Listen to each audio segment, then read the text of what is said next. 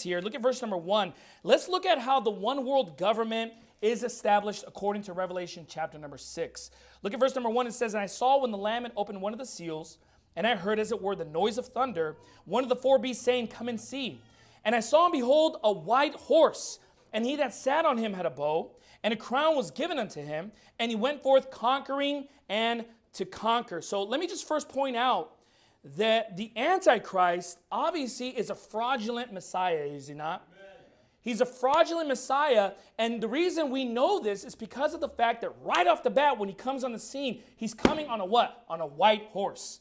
You say, what's the big deal about that? Well, in Revelation chapter 19, when Jesus Christ comes, he comes on a white horse. And so it's no coincidence that prior to this happening, that the Antichrist will seek to emulate and to embody Christ. He wants to deceive the nations into thinking that he is the second coming. And he's going to do that by coming on a white horse, okay? By the way, another thing that we want to notice is that from the introduction of the Antichrist until the second coming of Christ, there is an obvious attempt to counterfeit God's operation. The most conspicuous of these would be the white horse. Now, when we think of that white horse, it's like, well, yeah, we already know that. That's obvious, Pastor. The white horse in Revelation chapter 19, the Antichrist, because he's coming in the place of Christ, he's trying to deceive the nations. That's why he's coming on a white horse. But it actually goes a little deeper than that. Because remember, Satan, through the Antichrist, is trying to deceive the nations. And I believe what he's going to seek to do is try to embody every attribute, every characteristic of Jesus Christ himself. He said, well, how does that fit with this white horse? Well, when Jesus comes on a white horse, what is he coming to do? He's coming to establish an earthly kingdom.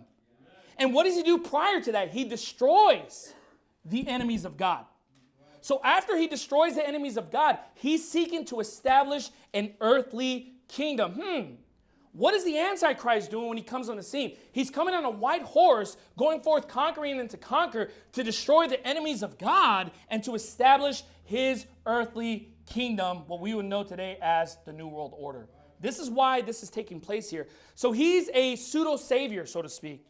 Now, this is why the Bible tells us in Matthew 24, verse 5, "Take heed that no man deceive you, for many shall come in my name, saying, I am Christ, and shall deceive many." How is it that this deception is so strong that people will buy into this false Christ? Well, because he comes with the same attributes and characteristics that Jesus Christ comes with.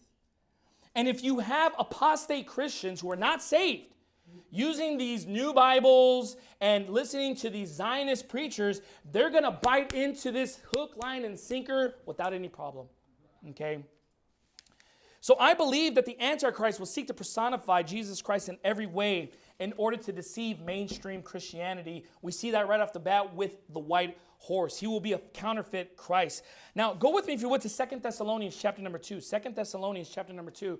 And look, folks, no marvel, for Satan himself is transformed into an angel of light. How do you think he's going to deceive the nations? How else is he going to do it? Satan is not coming with the red suit with, horns and a pitchfork.